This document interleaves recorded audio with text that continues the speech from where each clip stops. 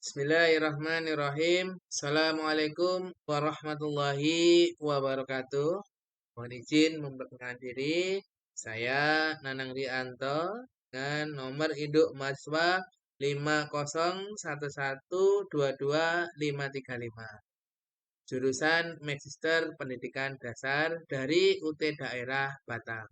Pada diskusi kali ini, saya akan menyampaikan materi tentang kesenjangan partisipasi gender dalam pembelajaran aktif STEM. Dokumen ini menyajikan analisis mendalam mengenai kesenjangan partisipasi gender dalam konteks pembelajaran aktif, khususnya di bidang sains, teknologi, teknik, dan matematika atau STEM.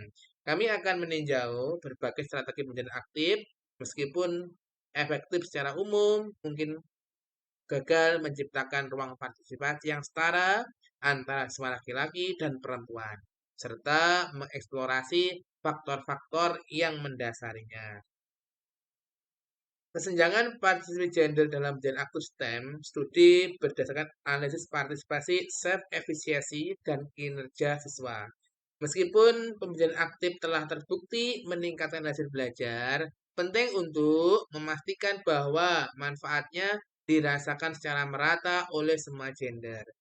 Analisis ini bertujuan menguak dinamika kelas yang sering tersembunyi. Latar belakang masalah pada artikel yang saya analisis, apakah pembelajaran aktif benar-benar setara?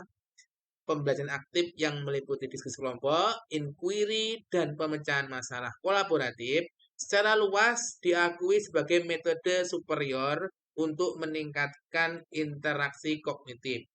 Namun, terdapat kekhawatiran yang berkembang tentang apakah implementasi strategi ini benar-benar menghasilkan partisipasi yang setara antara laki-laki dan perempuan. Sedikit riset yang secara eksplisit mengukur kesetaraan ruang bicara dan interaksi di kelas STEM aktif. Pengamatan di lapangan seringkali memperlihatkan kasus nyata di mana siswa perempuan, meskipun berprestasi akademis, cenderung kurang mendapatkan ruang untuk menyuarakan ide dan mengajukan pertanyaan, terutama dalam lingkungan sains yang didominasi oleh laki-laki. Efektivitas belajar aktif terbukti meningkatkan interaksi dan hasil belajar secara umum. Kesenjangan partisipasi perlu dianalisis apakah strategi ini menciptakan kesetaraan intergender. Kurangnya ruang bicara, perempuan sering kurang mendapatkan kesempatan partisipasi di kelas sains. Pentingnya partisipasi dan faktor psikologis. Partisipasi di kelas bukan hanya tentang kehadiran, tapi merupakan fondasi tentang bagaimana bagi pengembangan kompetensi dan identitas akademik siswa. Pertama, keterampilan kritis. Pengembangan keterampilan berpikir secara kritis dan argumentasi. Dua, self-efficacy. Keyakinan diri dalam kemampuan ilmiah yang berdampak pada tindakan partisipatif. Ketiga adalah rasa kepemilikan. Membangun rasa kepemilikan dan koneksi terhadap materi pembelajaran. Keempat adalah kecemasan akademik. Partisipasi yang nyaman dapat mengurangi tingkat kecemasan akademik. Keempat adalah social belonging. Faktor sosial yang mempengaruhi kenyamanan untuk berbicara dan berinteraksi. Dua faktor utama self-efficacy, keyakinan terhadap kemampuan diri, dan social belonging, rasa diterima sosial adalah penentu kritis yang mempengaruhi apakah siswa memilih atau untuk aktif berpartisipasi atau tidak. Dukungan literatur kunci, prediktor kesenjangan. Literatur sebelumnya telah mengidentifikasi berapa pola yang mungkin menjelaskan kesenjangan partisipasi di kelas aktif. Self-efficacy laki-laki lebih tinggi. Secara konsisten, keyakinan diri ilmiah siswa laki-laki cenderung lebih tinggi dibandingkan perempuan yang dapat mendorong mereka mengambil resiko partisipatif lebih besar. Silence identitas gender perempuan. Perempuan lebih cenderung melaporkan bahwa identitas gender mereka sebagai minoritas dalam STEM mempengaruhi partisipasi, dan interaksi mereka di kelas. Ketiga adalah partisipasi biologi pengantar. Studi terdahulu menunjukkan bahwa siswa perempuan cenderung kurang berpartisipasi dalam sesi kelas biologi pengantar berbasis diskusi, menetapkan pola yang perlu diteliti lebih lanjut di bidang STEM lainnya. Ketidaksetaraan dalam faktor psikologis ini sering memprediksi perbedaan dalam tindakan nyata di kelas, menciptakan siklus di mana kurangnya partisipasi menurunkan kepercayaan diri lebih lanjut. Rumusan masalah inti penelitian artikel yang saya bahas. Pertama, untuk menganalisis fenomena ini secara empiris. Penelitian ini fokus pada dua pernyataan utama yang menguji kesetaraan hasil dari pedagogi aktif. Satu, partisipasi setara. Apakah implementasi pedagogi pembelajaran aktif seperti diskusi kelompok dan inquiry benar-benar menghasilkan tingkat partisipasi yang setara antara siswa laki-laki dan perempuan? Rumusan masalah yang kedua adalah kesenjangan faktor prediktif. Apakah terdapat kesenjangan gender signifikan dalam variabel-variabel kunci seperti self-efficacy, ilmiah, silent identitas gender, dan nilai akademik keseluruhan? Menjawab pertanyaan ini krusial untuk merancang intervensi yang benar-benar menciptakan inklusivitas dalam pendidikan STEM. Temuan dari artikel yang saya analisis, partisipasi dan interaksi di kelas. Analisis perilaku partisipatif di kelas mengungkapkan pola yang jelas di mana siswa laki-laki mendominasi hampir setiap kategori interaksi yang diamati. Dominasi laki-laki. Laki-laki berpartisipasi lebih banyak dari yang diharapkan pada hampir semua jenis interaksi dan menunjukkan mereka mengambil lebih banyak ruang bicara.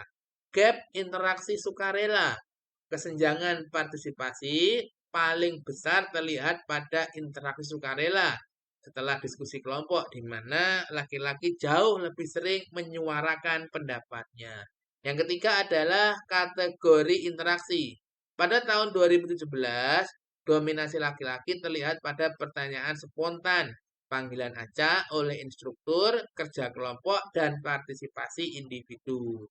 Pola perbedaan partisipasi ini tetap konsisten dan signifikan, terlepas dari apakah instruktur kelas tersebut adalah laki-laki atau perempuan. Hal ini menunjukkan bahwa bias tersebut tertanam dalam dinamika sosial kelas itu sendiri. Temuan lagi, sikap, keyakinan diri, dan kinerja akademik. Selain partisipasi, penelitian ini mengukur perbedaan gender dalam keyakinan diri dan hasil akademis.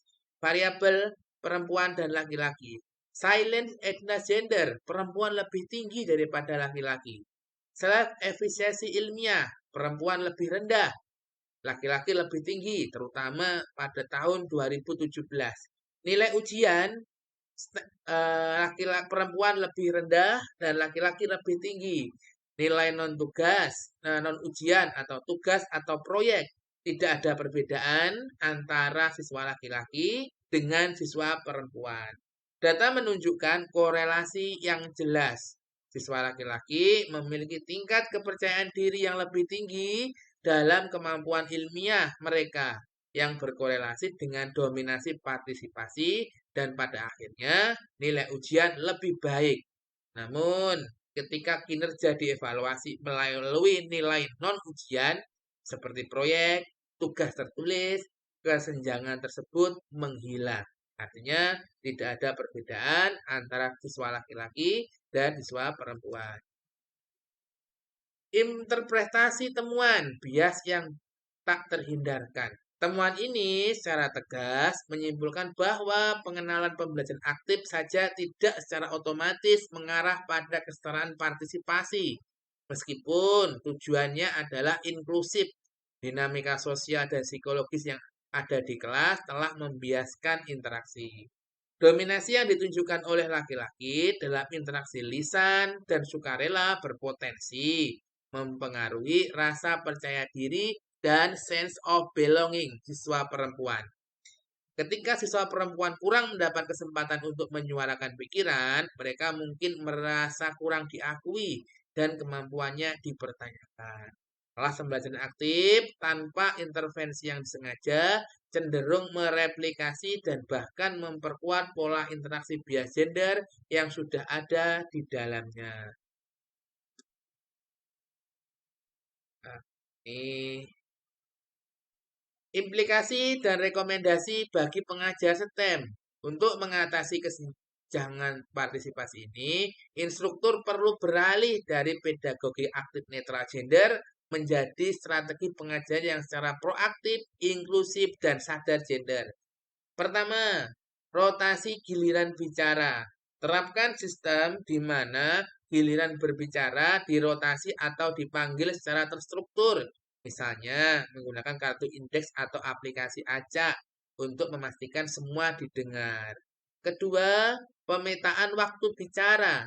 Instruktur atau guru harus secara sadar memetakan atau mencatat waktu bicara, time mapping, untuk mengidentifikasi dan mengoreksi dominasi partisipasi secara real time.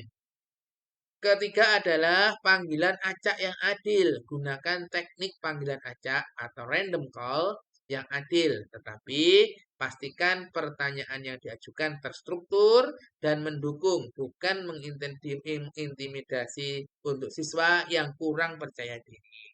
Intinya, fokus harus bergeser dari sekedar menggunakan pembelajaran aktif menjadi menciptakan lingkungan kerja yang adil dan inklusif, di mana instruktur guru harus secara aktif mengevaluasi kondisi kelas mereka, alih-alih menyalahkan kekurangan partisipasi pada siswa. Demikian pembahasan tentang artikel terkait gender. Ada kurang lebihnya saya mohon maaf. Billahi taufiq wal hidayah. Wassalamualaikum warahmatullahi wabarakatuh.